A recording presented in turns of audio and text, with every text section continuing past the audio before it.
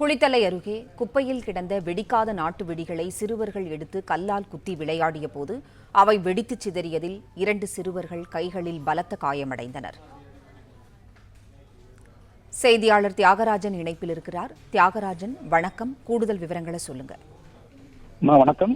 கரூர் மாவட்டம் குளித்தலை அருகே நங்கவரம் பேரூராட்சி கவுண்டம்பட்டி அண்ணா நகர் தெருவில் கடந்த மாதம் கோவில் திருவிழா நடைபெற்றது.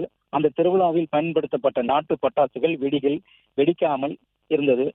பட்டாசுகள் சாலை ஓரத்தில் இருந்த குப்பையில் கிடந்ததை அப்பகுதியைச் சேர்ந்த 5 வயது முதல் 8 வயது உள்ள 4 குழந்தைகள் இன்று காலையில் பட்டாசு எடுத்து கல்லால் குத்திய போது எதிர்பாராத விதமாக வெடித்ததில் அண்ணன் தம்பிகள் இருவருக்கும் பலத்த காயம் ஏற்பட்டது. மற்ற இருவருக்கு லேசான காயம் ஏற்பட்டது.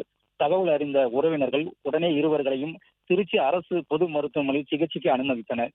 இத்தகவல் அறிந்த குளித்தலை வட்டாட்சியர் இந்துமதி, குளித்தலை டிஎஸ்பி செந்தில்குமார், பேரூராட்சி செயல் அலுவலர் காந்தரூபன் மற்றும் அதிகாரிகள் சம்பவ இடத்தில் விசாரணை மேற்கொண்டு வருகின்றனர்.